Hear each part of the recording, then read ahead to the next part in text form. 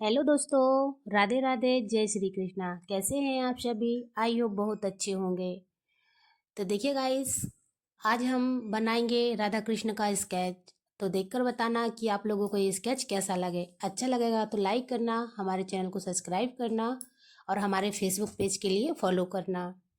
और काश हमारा स्केच आप लोगों के लिए पसंद आए तो प्लीज़ अपने फ्रेंड लोगों तक शेयर करना, ताकि वो भी ये इजी स्केच बनाना सीख सकें। तो गाइस, आप लोग वीडियो को पूरा ही देखिए, बीच में अधूरा नहीं छोड़िए। काश बीच में अधूरा छोड़ दोगे तो आप लोग ऐसा इजी स्केच नहीं बना पाओगे। तो बने रहिए वीडियो के अंत तक और ऐसा इजी स्केच बनाना सीखिए। तो गाइस, हमारे लिए सपोर्ट कीजिए। और आप लोग देख सकते हैं कि मैं बहुत अच्छे अच्छे स्केच बनाना सिखाऊंगी आप लोगों के लिए।